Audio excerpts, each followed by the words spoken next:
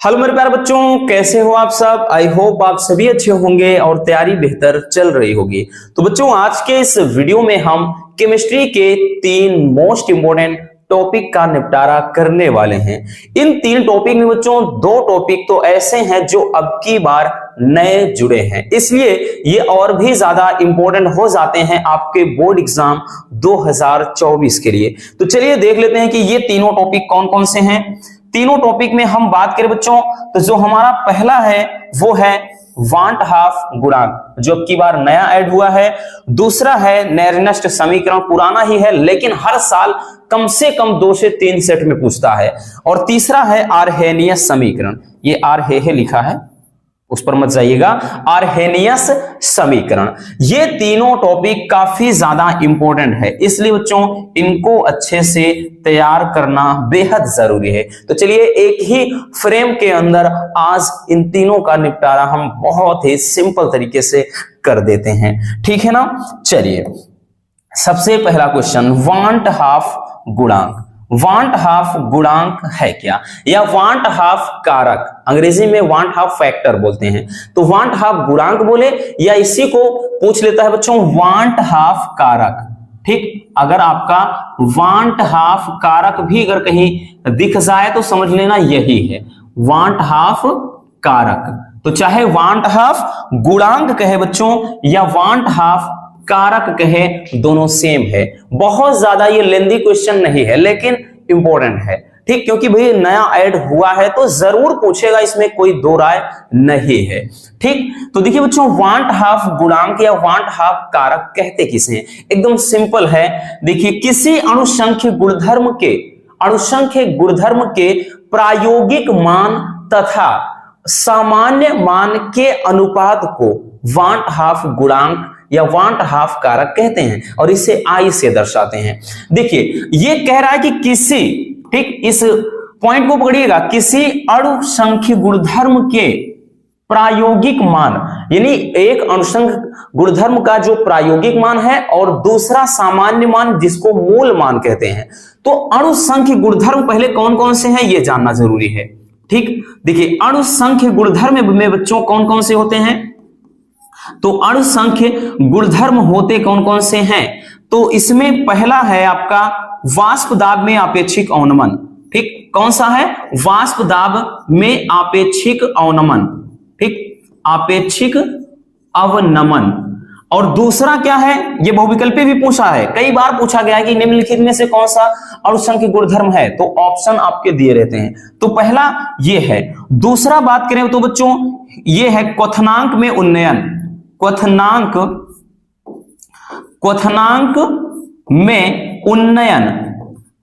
में उन्नयन, ये भी आपका वांट हाफ, मतलब ये अणुसंख्य गुणधर्म है। और तीसरा है हिमांक में अवनमन, क्या है बच्चों, हिमांक में अवनमन। और चौथा है आपका परासरण दाब। ठीक, ध्यान देना, ये सभी के सभी अणुसंख्य गुणधर्म है। कभी कभार ये वैसे भी पूछ सकता है, तो याद रखना बच्चों अणुसंख्य जो गुणधर्म आपके कौन कौन से हैं, वाष्प दाब में आपेक्षिक अवनमन, क्वथनांक में उन्नयन, हिमांक में अवनमन और परासरण दाब। ये क्या है, आपके अणुसंख्य गुणधर्म को प्रेजेंट करते हैं, मतलब दर्शाते हैं। क्लियर हुआ। चलिए, तो भाई ये तो अणुसंख्य गुणधर्म है। चलिए अब हम आते हैं इस टॉपिक पर। हमें कह रहा है कि भाई इसको लिखना क्या है, कि लिखेंगे वांट हाफ गुणांक। ठीक, वांट हाफ गुणांक बराबर, वांट हाफ गुणांक आई से डिनोट करते हैं। वांट हाफ गुणांक बराबर हमने क्या बताया कि अणुसंख्य, ठीक, अणुसंख्य गुण का प्रायोगिक मान, ठीक, एक्सपेरिमेंटल वैल्यू, ठीक है, सैद्धांतिक मान जो होता है, प्रायोगिक मान, ठीक, प्रायोगिक मान हो जाए। और उसके बाद बच्चों दूसरा क्या होता है, अणुसंख्य, ठीक, अणुसंख्य गुणधर्म का मतलब प्रेक्षित मान होता है, या जिसको हम मूल मान कहते हैं, या सामान्य मान, ठीक, सामान्य मान। तो इन दोनों का जो रेशियो होता है रसगुल्लों, वही क्या कहलाता है? वही कहलाता है वांट हाफ गुणांक। ठीक, यानी जो किसी भी विलयन का अणुसंख्य, मतलब किसी विलयन के अणुसंख्य गुणधर्म का प्रायोगिक मान तथा अणुसंख्य के गुणधर्म का सामान्य मान या मूल मान का अनुपात ही कहलाता है वांट हाफ गुणांक। अब देखिए इसको, जैसे हमें पता है बच्चों, हमने भी क्या आपको बताया, जो सभी बताया गुणधर्म। सबसे पहले वाष्प दाब में आपेक्षिक अवनमन को कैसे लिखते हैं? तो हमें पता है बच्चों, हम लिखते हैं P not minus P S upon P not. इसको अगर हम दर्शाते हैं तो काई से, एक्स बहुत सारे बच्चे पढ़ते हैं, डोंट वरी, कुछ भी पढ़ लो आप एक्स से। ठीक, ये चीज होता है। लेकिन अगर हम उसी को जब वांट हाफ गुणांक के फॉर्म में लिखना चाहेंगे तो हम लगा देते हैं आगे आई। इस तरह से ये बन जाता है। ठीक, और दूसरा जैसे है भाई, जो आपका डेल्टा टीबी होता है वाष्प दाब में, मतलब जो क्वथनांक में उन्नयन, तो इसको हम लिखते हैं केबी इंटू एम से। इस तरह से इसको शॉर्ट में लिखते हैं। तो इसमें भी जब हम वाट हाफ गुणांक के रूप में लिखेंगे तो आगे आई लगा देंगे। इतना होना करना है बस अपने को। ठीक, और तीसरा क्या है? जैसे भाई तीसरा है कि हमें डेल्टा टीएफ यानी हिमांक में अवनमन को हम दर्शाएंगे के एफ इंटू एम से। तो अगर इसको वांट हाफ गुणांक के रूप में लिखना चाहेंगे तो व्यक्त कर देंगे आगे आई लगा करके। ठीक, और चौथा है जो अणुसंख्य गुणधर्म, वो है आपका, जैसे पाई होता है परासरण दाब, पाई बराबर होता है बच्चों सी आर टी। ठीक, सी क्या है? सांद्रता है। पाई बराबर सी आर टी, तो इसमें भी आगे आई लगा देता है। तो इस तरह से ये आपका हो जाता है क्या, मतलब अणुसंख्य गुणधर्म के आधार पर ये वांट हाफ गुणांक। क्लियर हो गया? इतना याद रखना बच्चों, जब भी हम इसको वांट हाफ गुणांक के फॉर्म में लिखना चाहेंगे हम इनको इस तरह से मतलब लिख सकते हैं। ठीक है ना, इस तरह से हम इनको लिख सकते हैं। ठीक, क्लियर हो गया? देखिए कुछ भी नहीं था। वांट हाफ गुणांक क्या है, केवल आप इतना याद रखिए कि वांट हाफ गुणांक किसे कहते हैं, तो किसी विलयन के अणुसंख्य गुण के प्रायोगिक मान तथा उसके सामान्य मान या मूल मान के अनुपात को वांट हाफ गुणांक कहते हैं। फिर पूछेगा कभी कभार कि भाई अणुसंख्य गुणधर्म को वांट हाफ गुणांक के पदों में लिखिए। तो हम सबको ये हमें पता है कि ये चारों अणुसंख्य गुणधर्म है, तो हम चारों को जब वांट हाफ गुणांक के फॉर्म में लिखना चाहेंगे तो हम इनको इस तरह से लिख सकते हैं। बस इतना आपको याद करना है, इतना समझना है, बहुत ज्यादा अपने को परेशान नहीं होना है। क्लियर हुआ बच्चों? चलिए स्क्रीनशॉट कर लीजिए, फिर चलते हैं हम नेक्स्ट क्वेश्चन पर।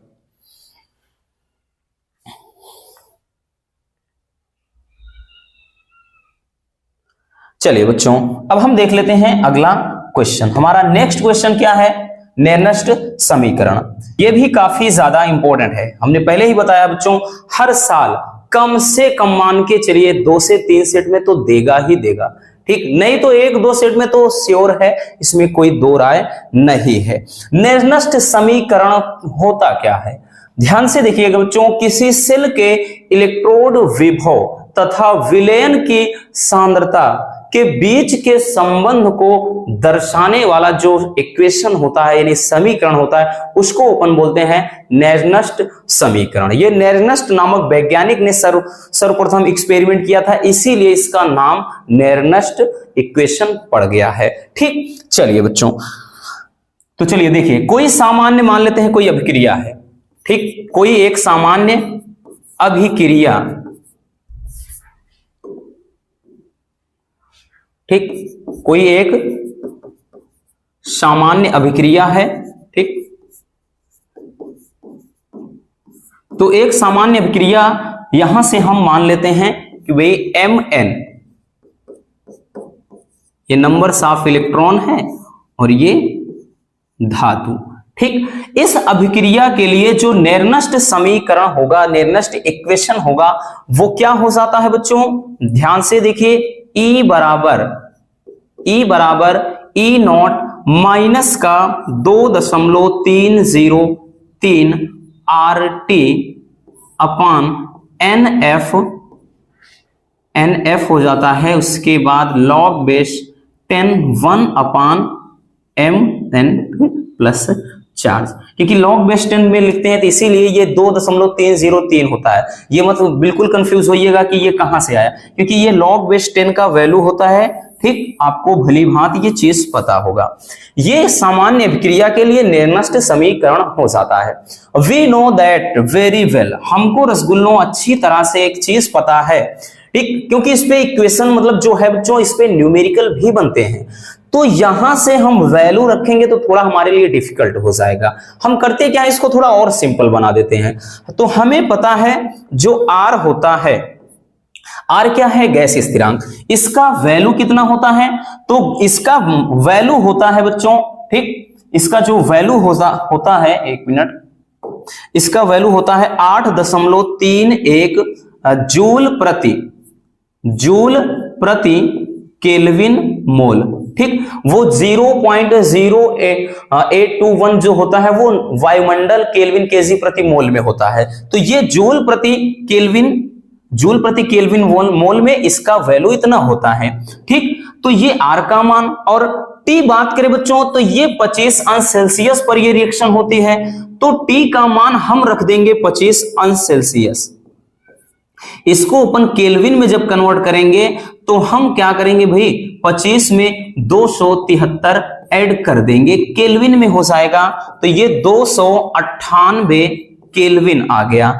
और उसके बाद बच्चों ये जो आपका F है, F फैराडे नियतांक है, फैराडे नियतांक है F, तो F का जो मान होता है वो होता है 96,500 कूलाम। इन सब जो वैल्यू को अपन क्या करते हैं, इस पे पुट कर देंगे। ठीक, ये पूरा का पूरा जो वैल्यू है अगर इसको अपन इस पे पुट कर देंगे, देन हमारे पास जो इक्वेशन आएगा वो हो जाएगा E बराबर E0 माइनस का हो जाता है ये 0.0591 अपान ये हो जाता है नीचे n, फिर log बेस 10 1 अपान mn प्लस 1 क्या है, ये धातु की एकांक मोलर सांद्रता होती है।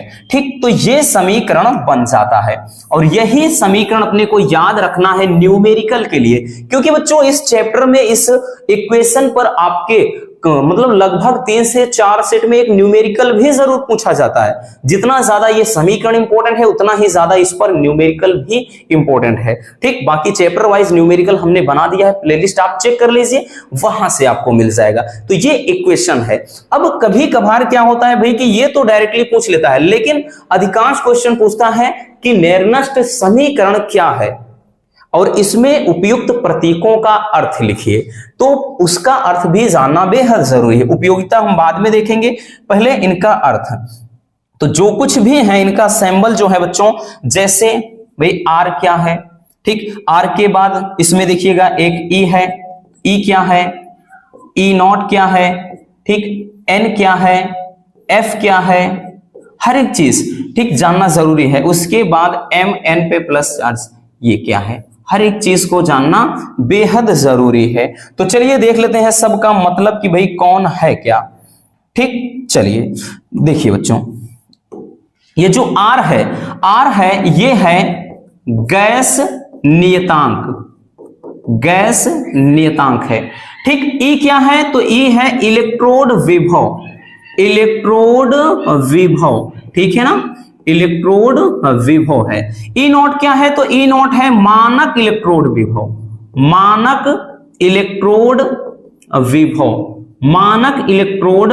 विभव है। N क्या है, नंबर्स ऑफ इलेक्ट्रॉन की संख्या, ठीक, इलेक्ट्रॉन की संख्या, नंबर्स ऑफ इलेक्ट्रॉन है। F क्या है, F है फैराडे नियतांक, ठीक, फैराडे नियतांक। ठीक, ये भी जानना बेहद जरूरी है और अपने को याद करना पड़ेगा रसगुल्लों। एक और बचा है, ये है धातु आयन की सांद्रता, धातु आयन की सांद्रता। क्लियर हो गया? इतना, इन सब का अर्थ भी जानना बेहद जरूरी है। ठीक, तो ये हो जाता है नेर्नस्ट समीकरण। आई होप आप इजिली इसको समझ पाए होंगे, बेहद इंपॉर्टेंट है बच्चों, इसलिए बोल रहे हैं बार बार कि अच्छे से इनको तैयार कर लेना। अब इसकी उपयोगिता क्या होती है? ये वैद्युत रासायनिक श्रेणी में वैद्युत रासायनिक श्रेणी में इलेक्ट्रोड विभव की कमी क्षमता को मतलब व्यक्त करने के लिए इस समीकरण का प्रयोग किया जाता है। ठीक, या फिर कह लें कि इसके द्वारा इलेक्ट्रोड विभव और मानक इलेक्ट्रोड विभव को हम क्या करते हैं, दर्शाते हैं इस समीकरण के द्वारा। क्लियर हो गया?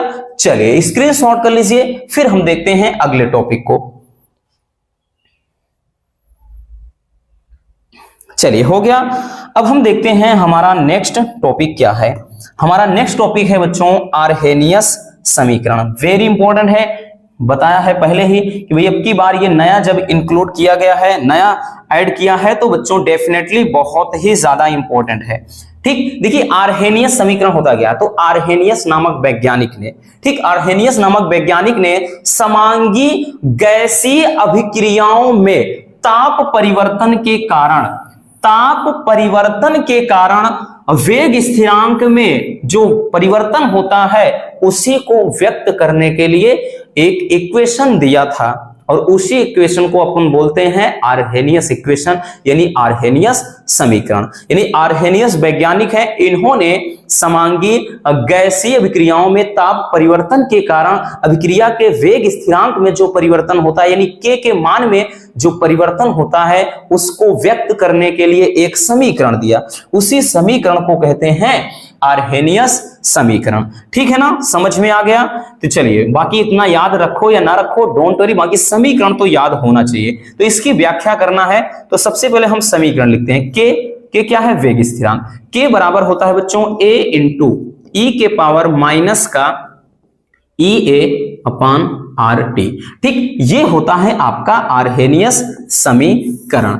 आर्हेनियस समीकरण भी, इसका सिंबल सबका मतलब समझना बेहद जरूरी है, लेकिन उससे पहले क्या करना भाई, इसको प्रूव भी करना पड़ेगा। ठीक, व्याख्या करना है, यानी इसको लॉगरिथम रूप में लिखना है, लघुगणक के फॉर्म में। ठीक, या भी ऐसे भी पूछ सकता है कि आर्हेनियस समीकरण का लघुगणक रूप लिखिए, इसलिए याद करना बेहद जरूरी है। चलिए, अब इसको लघुगणक रूप में लिखने के लिए हम क्या करेंगे? सबसे पहले हम करेंगे बच्चों दोनों पक्षों में लाग लेने पर, दोनों पक्षों में लाग लेने पर, दोनों पक्षों में हम लाग ले लेते हैं। जब लॉग ले लेंगे होगा क्या बच्चों, देखिएगा, जब यहां से हम इसमें दोनों पक्षों का लाग ले लेंगे तो ये हो जाएगा बच्चों लॉग बेस ई के हो जाएगा, बराबर यहां से भी हो जाएगा लॉग बेस ई, उसके बाद a इंटू ई के पावर माइनस का ई ए अपान आर टी। अब एक फार्मूला होता है लॉगरिथम में, ये आपका log m गुणे log n के फॉर्म में लिखा है, यानी log m इंटू n जब हो तो फार्मूला होता है log m plus log n, ये फार्मूला होता है। ठीक, क्लियर हो गया?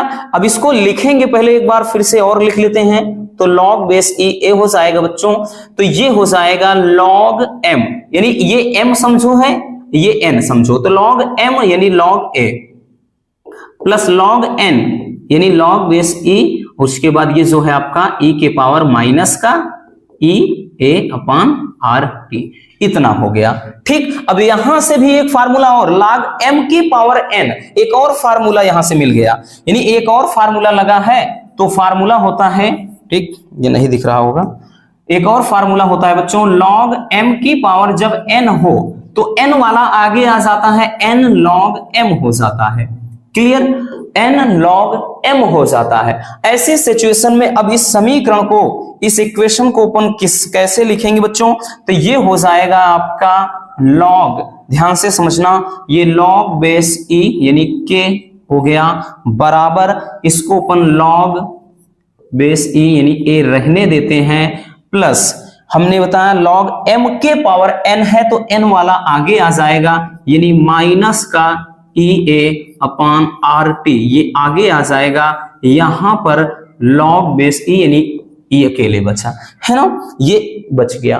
ठीक, यहां। अब यहां से ध्यान से समझिएगा, ठीक, चूंकि लॉग बेस जो e और यहां पर a है तो इसका वैल्यू 1 होता है, यानी जैसे अगर log बेस 10 और 10 है तो वैल्यू 1, इतना याद रखना। ठीक, तो इसको फिर लिखेंगे कैसे, ये इसको अपन और लिख ले सकते हैं अच्छे से, तो ये हो जाएगा log बेस मतलब e के हो गया और यहां से हो गया log a। अब यहां पर ध्यान देना भाई, ये प्लस माइनस तो है, माइनस हो गया है ना, तो ये ई ए अपान आर टी इतना हो गया, ये ई ए अपान आर टी हो गया। लेकिन भाई लॉग के फॉर्म में लॉग बेस ई यानी इसके वैल्यू 1 तो हुआ, अब लॉग बेस 10 के रूप में जब लिखना चाहेंगे बच्चों तो ये फार्मूला हो जाएगा लॉग बेस 10 के हो जाएगा बराबर, ये हो गया लॉग बेस 10 माइनस का ई ए अपान 2.303 इंटू आर, उसके बाद 1 अपान टी ऐसे साइड में लिख लेते हैं। यानी एक प्रकार से ये आपका जैसे सरल रेखा का समीकरण होता है, इसको और अच्छे से लिखना चाहते हैं तो ये हो गया log बेस 10, यानी ये y बराबर हो गया y बराबर mx, यानी ये वाला पूरा उठा लीजिए, ई ए अपान आर हो गया, ई ए अपान 2.303 आर हो गया इंटू 1 अपान टी हो गया।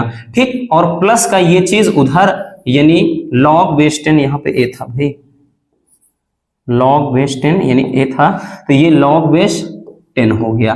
तो ये y बराबर mx प्लस सी के फॉर्म में एक फार्मूला बन गया है। ठीक, y बराबर mx प्लस सी, m क्या है, ये पूरा ढलान हो जाएगा, ये समझो c है, क्योंकि y बराबर mx प्लस c के रूप में लिखेंगे तो ये c अंतःखंड को प्रेजेंट करेगा। ठीक, अब देखिए इनका मतलब जानना बेहद जरूरी है बच्चों, तो इसको थोड़ा रफ कर देते हैं इधर। ठीक, ये तो हो ही गया है, इसमें अब आपको दिक्कत नहीं होनी चाहिए। चलिए सबका मतलब जानते हैं बच्चों, ये जो आपका k है, k क्या है, ठीक, उसके बाद a है, a क्या है, ठीक, ई ए है, ई ए क्या है, उसके बाद r है, r क्या है, और t, सबको जानना बेहद जरूरी है अपने लिए, है ना, बिल्कुल जरूरी है बच्चों। तो सबका मतलब हो गया, देखो तो भाई k क्या है, तो वेग स्थिरांक है, वेग स्थिरांक है। ठीक, a क्या है, a आवृत्ति गुणांक है बच्चों, a आवृत्ति गुणांक या चरघातांकी गुणांक बोलते हैं इसको, आवृत्ति गुणांक। ई ए क्या है, सक्रियण ऊर्जा, क्या है, सक्रियण ऊर्जा। ठीक, आर क्या है, आर है गैस समीकरण मतलब गैस स्थिरांक, कई बार बता चुके हैं, स्थिरांक या गैस नियतांक बोलिए। टी क्या है, तो टी है ताप। ठीक, तो इन सब का मतलब यानी सिंबल भी बेहद जरूरी है बच्चों। ठीक, इनको भी समझना, तो अगर भी मतलब ही नहीं समझ में आया तो क्या मतलब हो गया, है ना, पूछ लिया कि आर्हेनियस समीकरण लिखिए तथा उसमें उपयुक्त प्रतीकों का अर्थ भी लिखिए, तो मतलब ही नहीं भाई, मतलब ही नहीं पता है तो हम क्या लिखेंगे, इसलिए याद रखना बेहद जरूरी है। क्लियर हो गया, चलिए तो इसको स्क्रीनशॉट कर लीजिए।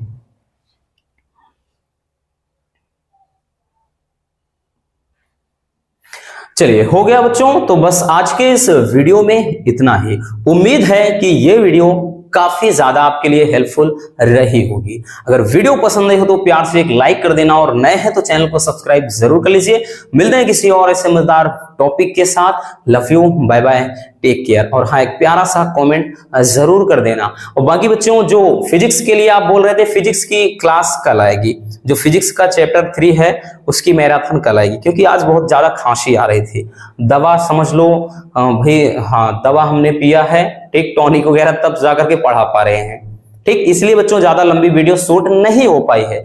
कल आएगी फिजिक्स की मैराथन क्लास, तीसरे चैप्टर की। डोंट वरी, दिल थाम के बैठ के कल मिलते हैं एक और मजेदार टॉपिक के साथ। Love you, bye bye, take care.